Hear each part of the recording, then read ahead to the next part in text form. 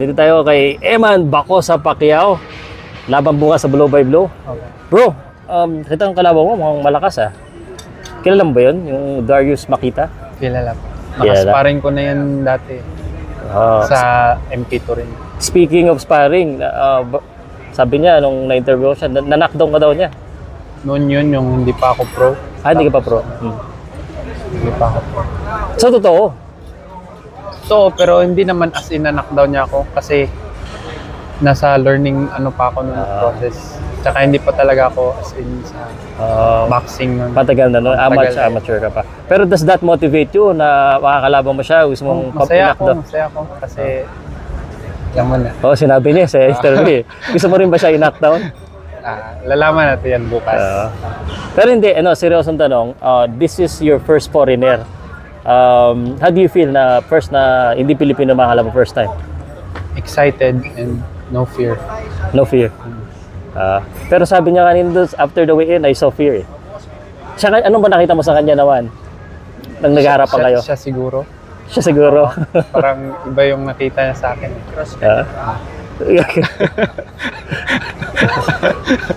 Man, siyempre lumalaban ka sa Blow by Blow, tapos yung si Senator, di mo manonood. Hindi, natanong na kita doon, kumusta na? Dati kasi nanonood kita kung may pressure o wala, or how do you feel now na ilang beses ka na nakalaban na nanonood siya? Ganun wala pa rin ba? namang pressure. Ganun Excited lang sa upcoming fight na kasi matagal ko itong pinaghintay. Okay. Since the last time we met, parang tumangkad ka. Anong timbang anong timbang pa ngayon? 130? 135 pa. 135. Do you see yourself na mas aangat pa sa 135? Parang 5'10 ka na, sabi mo, di ba? Opo. Parang tangkad na pwede ka lang pang middleweight. Siguro depende yan sa desisyon ng team ko kung sa after this fight sa kondisyon ng katawan ko. Kasi hindi namin pwede ipilit na ganun yung timbang namin na hindi naman para sa amin. Oo nga. Kasi matangkad ka, hindi ka naman nahirapan sa timbang. Okay naman. Hindi naman okay naman. Kasi batak yung toro eh. Batak yung toro, okay. Ilang rounds sila ba niya? 6. 6. Handa ka naman pag umabot ng 6 rounds. Okay. Alright, sige, na lang, shoutouts, pasalamat, or mga mention mo yung part ng team mo, tsaka yung greetings, well, invite sa kanila.